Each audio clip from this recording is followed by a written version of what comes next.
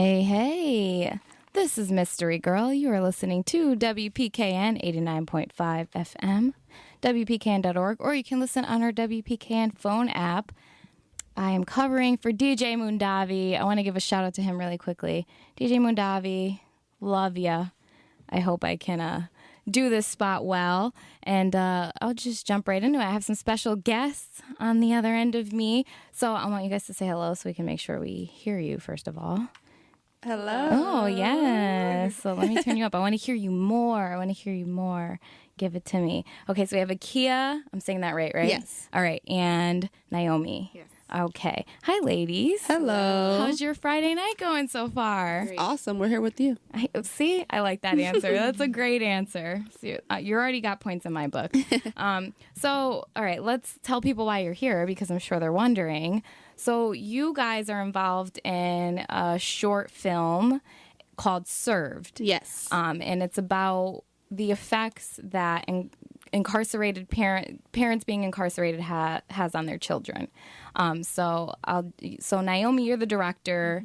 Mm-hmm. Akia, you're the writer producer. Yes. Okay, make sure I get that right. I thought that was really interesting. You guys are you're from Bridgeport, right? Are you both from Bridgeport? I'm born and raised in Bridgeport. Born and raised in Bridgeport, Naomi. I was born in New York. Okay. Close enough, though. Mm-hmm. Yeah. So I know. I really like what you guys are doing. I like when people are doing things that are different, opening people's eyes to different situations. Yes. So we'll go to you, Akia. Am I saying your name correctly? Yes, you're saying it correctly. Akia. Okay. Thank I always God. want to make sure I say people's names right. I know what inspired you to start this film, but for people who are listening, why did you decide to start this? Well, I decided to write a film about children of incarcerated parents because I have had both my parents incarcerated at one time or another during my life, and I have seen how it affects our community, especially living in an inner city like Bridgeport. I'm sure everybody here either knows someone in prison or has a family member in prison. So I wanted to talk about the side of how it affects kids because people always, talk about what it's like for the people to be in jail or the parent, but they never realize people who are left behind and how that affects them and how it affects the whole community. Right. So you are are you in the process of shooting the film? So what we did was we shot a concept trailer for people to get an idea of what it would look like, what to expect from it. But now we're in the funding phase. Mm-hmm. So we raised about $2,300 on Indiegogo this summer, and our goal was $10,000. So now we're having a big event on Tuesday at 6 p.m. at the Government Center. It's called The State of Women and Children of Mass Incarceration. So we're trying to raise the remaining $7,700. Right, and you have a bunch of speakers and things going on. Amazing so tell me speakers. about the event. Yeah. So, like I said, the story is about two sisters who find out that their mom gets arrested. They have to go through, that experience of, trying to figure out where they're going to live, who's going to take care of them, and just the initial shock and trauma of their mother being arrested and going to prison. So we decided to do an event about the effects of women and children affected by men who go to prison because there is I think about 80% of women who go to prison usually is due to having a male in their life that is involved in illegal activity or is already in prison. So that leaves them, to be a single parent or, to have less options. So we chose to go with that topic. And we have some amazing speakers coming from New York, D.C., Middletown, all over the place. One is a Howard University professor. Her name is Dr. Bahia Muhammad. She'll be there. And another one is a best-selling author. Her name is Lucinda Cross.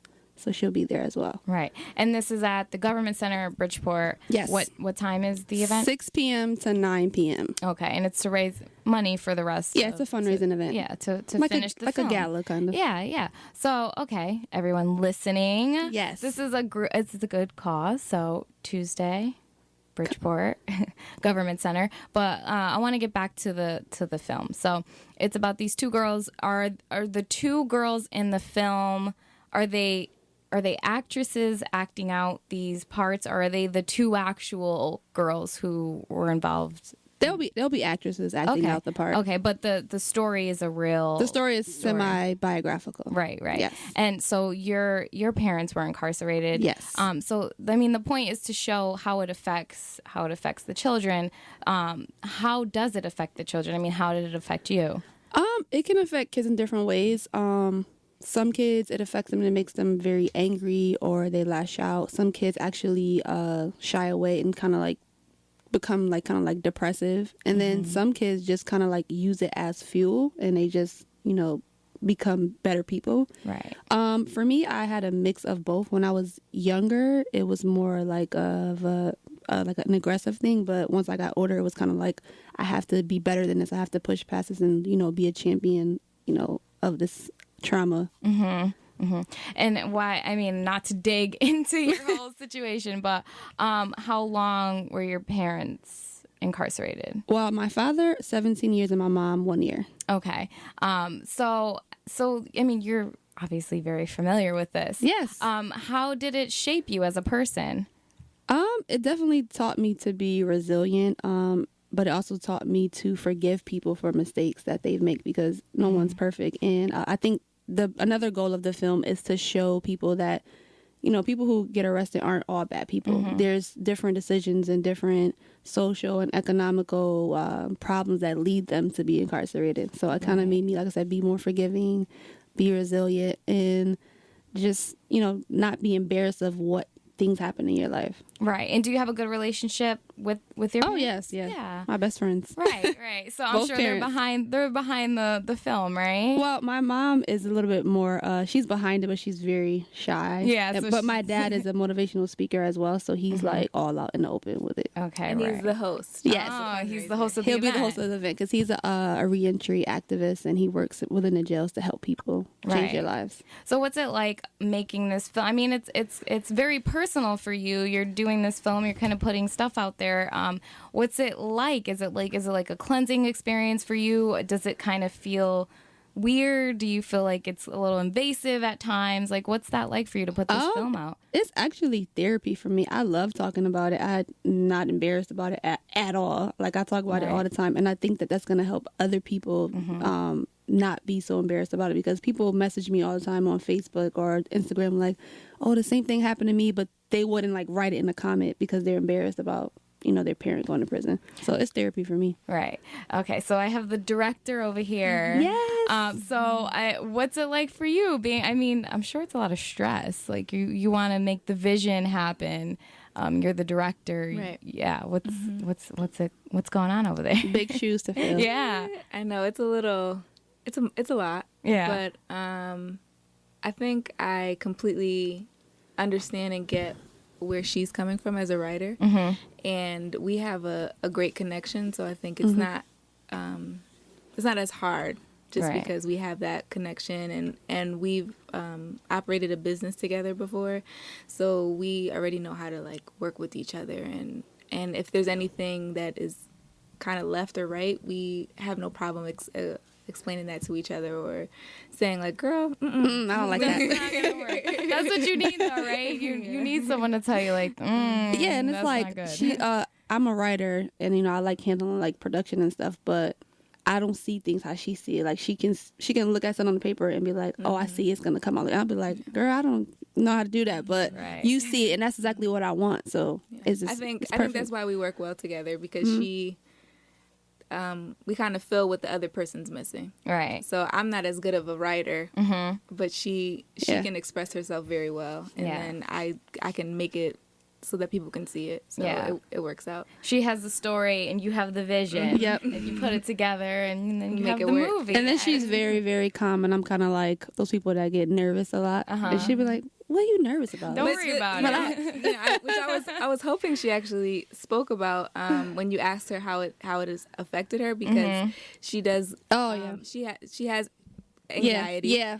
And I do because of my experience. I do. So that's the thing that people don't realize, that it mentally affects children in a lot of ways. Like I said, you can either become depressive because of it, or you can be like very like on edge because you're always expecting something bad to happen. Right. So that is something that happened to me. Like I deal with anxiety. So like I get nervous about stuff that's like, you will be like, what are you nervous about that for? Right. It's normal, but it's because as a child, that's what your brain, you train your brain what to you've think gone certain ways. through. Yeah. Yeah. So she makes me like, calm down, like, it's going to work out. Relax. It'll be fine. Yeah.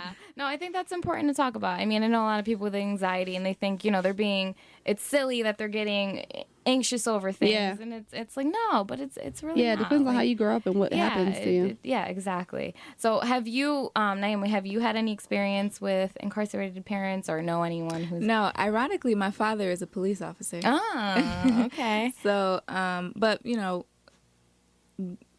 we've seen our share of things. I've grown up with people who weren't always in the best of situations, and as my father as well, he grew up. He wasn't. We don't come from a line of police officers. This isn't a generational thing, Right. So I'm very aware of both sides of it, which is like Which a gift and a helps. curse sometimes. Yeah. Yeah. I know what you mean. Especially with just the climate of what's going on now. Oh, yeah. So it can get kind of tricky and can be a little difficult sometimes, but I'm understanding completely of what she's gone through in life, and it's not something that's so far away from me. Right. But it is kind of cool because my father's a police officer, so I have these whole different there are those sides to things. it, and that's why it's a team. You have she has a story, you have the vision, but there are there are more than two sides to every story. So you guys can put that together and make this film. So if everything goes according to plan on Tuesday, you have a goal to raise a certain amount of money. Yep. When do you expect this film to be out? Well, if everything goes well on Tuesday and we get all the money that we need, which we hope everybody comes out and support, you can pay at the door if you want. Right. We should be at least starting production at the end of December, and then we should have it completely done in January. Okay. So it's 21 pages, so that's about 19 to 21 minutes. That can be shot in 3 to 4 days, 3 to 4 long days, but it'll definitely be done in January. Then we're gonna run it through the film festivals. I've been in Atlanta working and talking to people, so it will possibly be on a network on TV. And then the next goal is for us to create a TV series that follows the short film. Right. Well, I hope it works out. I hope I see it on TV. You will. I'll be like, mystery girl had him here. Yes, we started here first. Yeah, for sure. All right, so let's remind people, Tuesday, Government Center in Bridgeport. What are the times again? 6 to 9 p.m. Okay. And you guys can either get your tickets right now on Eventbrite. It's called The State of Women and Children in Mass Incarceration. Or you guys can pay at the door. We will have a square. You can slide your credit cards or your card. Oh, easy. They can do that. And if you guys want to learn more information about it, you can follow us on Facebook, Instagram, Twitter, @ServedFilm. There we go. So is there anything else you girls want to let the people know, let the public know about Served? I just want people to, truly know and realize that this is not just a film that we are just doing for myself or for Naomi's self. It's a community and collaborative effort, and whether people want to recognize or admit it or not, it's a topic that affects everybody as a whole. Even if you don't have a person that's in jail, like there's some connection that is leading us all together because it's just an issue that's really bad in the country in general. Right. Mass incarceration is just an actual thing that was even on this ballot that we just voted for. Yeah. So Right. it's something that is very relevant to what's going on. This isn't something from the past, even though it's some historical stuff for her. But people are still going through this right now. Right. So It's Yeah, real life. It's and in our country, they actually spend 4 times amount more money on a prisoner than a student. So let that sink in. Wow. Wow. Yeah, no, that's very loud. That's an important interesting piece of information. Yeah. For sure. All right. Well, thank you for coming by, girls. Thank you for so having much. us. We hope to see you Throw guys. your website out. Throw your website again and all that stuff. So just so people. Facebook, Twitter, Instagram @ServedFilm, and you guys can click on the links on there to see more information, buy tickets, and just learn more about us See our and the little- mission. Our little Concept thing that we trailer. did now,